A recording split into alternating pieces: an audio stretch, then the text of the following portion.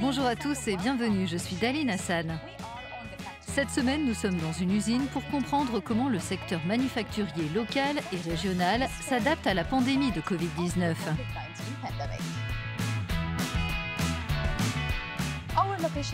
Nous sommes aujourd'hui dans la ville oasis d'Al Ain, aux Émirats Arabes Unis, sur un site de production de composants aérospatiaux qui fabrique désormais des masques de protection pour contribuer à l'effort international.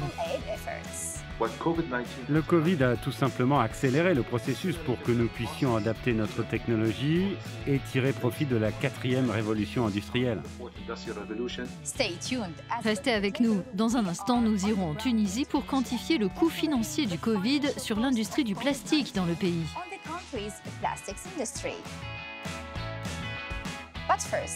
Mais tout d'abord, notre équipe s'intéresse aux changements majeurs dans l'industrie manufacturière d'un point de vue local avec des entreprises comme Mubadala, mais aussi à l'échelle mondiale avec des géants du secteur. Regardez.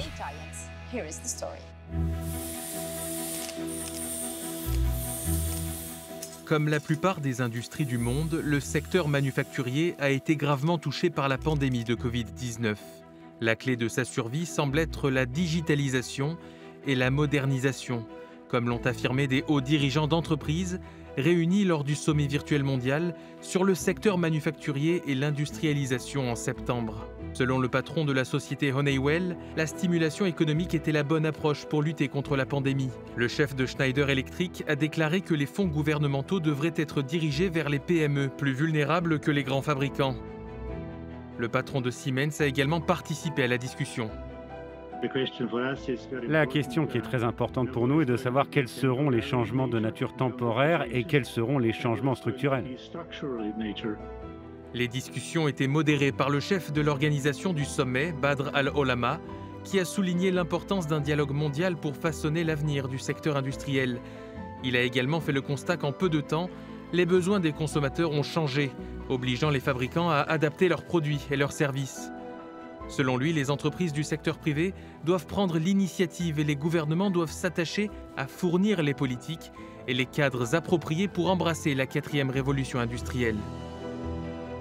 La société Mubadala Aerospace, dirigée par Badr Al-Olama, est au cœur de la stratégie des Émirats Arabes Unis pour entrer dans cette 4e révolution industrielle. Sa filiale, Strata, fournit des pièces d'avion pour Airbus et Boeing. Face à la crise du Covid, le secteur aérospatial mondial a été gravement affaibli. L'Association internationale du transport aérien estime que ses pertes s'élèveront cette année à 84,3 milliards de dollars. Strata a joué un rôle clé pendant la pandémie en mettant en place la première chaîne de production de masques N95 dans la région, en partenariat avec Honeywell. Ces installations, dans la ville d'Al Ain, permettent de produire 90 000 unités par jour. Pour en savoir plus sur l'entreprise et les ambitions des Émirats dans le secteur manufacturier, Badr Al-Olama a accordé une interview à notre journaliste Rebecca McLaughlin-Eastham depuis les États-Unis. Badr, merci d'être avec nous depuis New York pour Inspire Middle East. Si nous considérons l'industrie manufacturière comme un secteur d'avenir, et avec bien sûr l'influence de la 4e révolution industrielle, quelle est la prochaine frontière? Qu'est-ce qui permettra de garantir que la fabrication locale et mondiale restera non seulement prospère, mais aussi durable?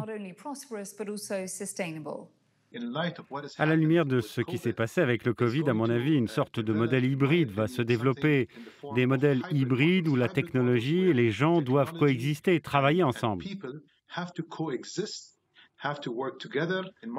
À mon avis, le Covid a tout simplement accéléré le processus pour que nous puissions adapter notre technologie et tirer profit de la 4e révolution industrielle, au lieu d'essayer de la combattre ou de tenter de s'en éloigner en pensant qu'elle pourrait causer plus de dégâts que de bien. L'activité actuelle et le succès futur de l'industrie dans le pays et à l'étranger dépendent bien sûr beaucoup des partenariats stratégiques, des alliances, des collaborations transfrontalières. À la lumière du Covid-19, qu'en est-il aujourd'hui? Je pense que ce dont le monde a besoin, c'est d'une meilleure communication. Nous devons être capables de mieux communiquer sur ce vers quoi nous nous dirigeons exactement. Et si nous sommes capables de le faire de manière très claire et concise, je pense que vous verrez beaucoup plus d'appétit et un meilleur accueil pour les partenariats. Il n'y a pas d'autre alternative que la coopération, la collaboration, et c'est à peu près la seule façon de progresser. Dans quel secteur ou sous-secteur de l'industrie manufacturière des Émirats prévoyez-vous la plus forte croissance dans les années à venir? Les produits pharmaceutiques, l'alimentaire, les minéraux, les plastiques? Qu'il s'agisse de produits pharmaceutiques, de l'aérospatial ou plus encore du développement des métaux en acier et en aluminium, les Émirats arabes unis sont ouverts aux affaires. Ainsi, lorsque vous regardez le côté aérospatial, la façon dont nous avons entrepris d'investir dans la construction de pièces d'avions pour Airbus et Boeing, rien de tout cela n'aurait été possible s'il n'y avait pas eu une approche de partenariat avec Airbus et Boeing. Permettez-moi de revenir sur l'industrie aérospatiale locale. Quelles ont été les principales leçons tirées de la pandémie? Quel en a été l'impact? Comment faire face à une pandémie quand il faut continuer d'un point de vue opérationnel en maintenant une cadence opérationnelle? Il faut constamment se concentrer et s'assurer que ces produits sortent. C'est la première chose à faire. La deuxième chose est que lorsque vous êtes dans le monde de la fabrication, lorsque vous êtes dans le monde de l'aérospatial, qui vous impose des normes de qualité de très haut niveau, il n'y a aucune raison que vous ne puissiez pas réutiliser ces compétences. Et c'est ce que Strata a fait en termes de production des masques N95. En ce qui concerne l'impact du Covid sur les résultats des entreprises dans l'aérospatial, combien de temps ces effets vont-ils se faire sentir? Et quel est le niveau de préparation à une éventuelle seconde vague? C'est une très bonne question. Certaines entreprises digitalisées étaient très bien préparées à adopter les technologies numériques et elles sont capables de maintenir ce niveau pendant au moins, je crois, encore 2 ou 3 ans dans le domaine de l'aérospatial. Je pense que les compagnies qui ne l'ont pas encore fait vont disparaître. C'est très simple. Vous ne pouvez pas continuer à forcer les gens à se rendre dans un établissement ou dans un bureau et à se sentir vulnérables, à craindre d'attraper quelque chose qui peut être mortel, n'est-ce pas? Et il y a des entreprises qui s'efforcent de gérer correctement leurs affaires en maintenant des coûts à un niveau bas et qui sont capables de faire face à de mauvaises situations qui peuvent survenir brusquement. Et je suis fier de voir que les entreprises que je supervise ont démontré leur efficacité et leur capacité à gérer des situations de manière rigoureuse. Merci Badr Al-Olama d'être intervenu depuis New York aujourd'hui. Les projets de la Tunisie visant à accélérer la croissance de son industrie plastique et attirer davantage d'investissements étrangers ont été temporairement interrompus par la pandémie de Covid. En quoi la fabrication de plastique est-elle importante pour la prospérité économique de la Tunisie? Et comment le pays peut-il resserrer ses liens commerciaux avec l'Europe? Voici notre reportage.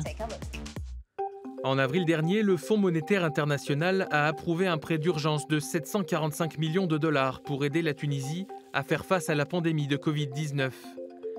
Le FMI a également prévu que son économie se contracterait de 4,3% cette année, ce qui constituerait sa plus grave récession depuis l'indépendance en 1956. Les entreprises tunisiennes du secteur du plastique ont été touchées. Selon l'économiste Faisal Bradaï de l'Union tunisienne du commerce et de l'industrie, la production a chuté de près de 20% entre mars et juin. Le secteur a connu une croissance constante ces dernières années, les zones de libre-échange le long de la côte tunisienne abritant 282 fabricants de plastique, dont beaucoup exportent exclusivement vers l'Europe. L'Union européenne est le premier partenaire commercial de la Tunisie. Elle représentait 80% de ses exportations en 2017, selon les données de l'UE.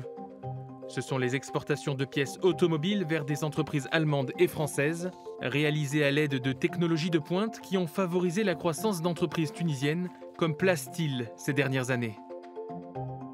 J'ai parlé tout à l'heure de la technologie de découpe, parce que c'est une technologie qui va avec le plastique, forcément, parce qu'aujourd'hui, nous achetons des pièces métalliques, mais à travers le monde.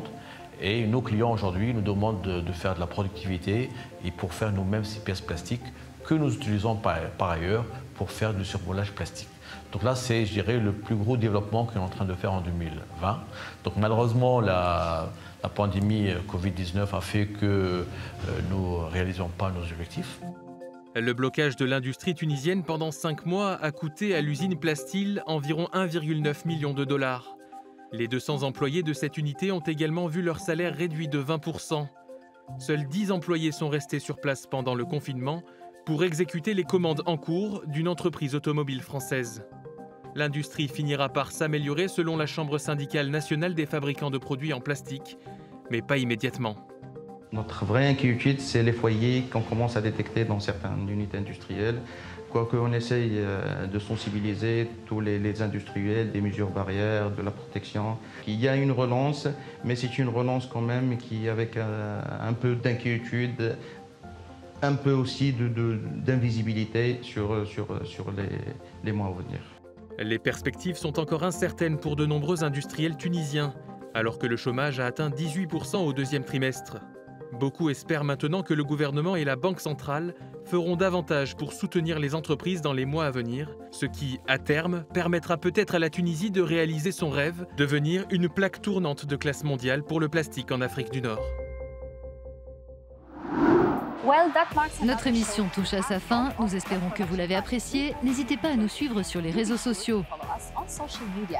À ce propos, voici quelques publications que nous avons repérées sur Instagram cette semaine. Merci de nous avoir suivis et à bientôt. L'entrepreneur émirati Abdullah et son équipe sont masqués et motivés alors qu'ils travaillent pour une marque de produits alimentaires locale. Et le cinéaste et photographe égyptien Mohamed a réalisé ce portrait sur son téléphone dans une usine d'acier au Caire.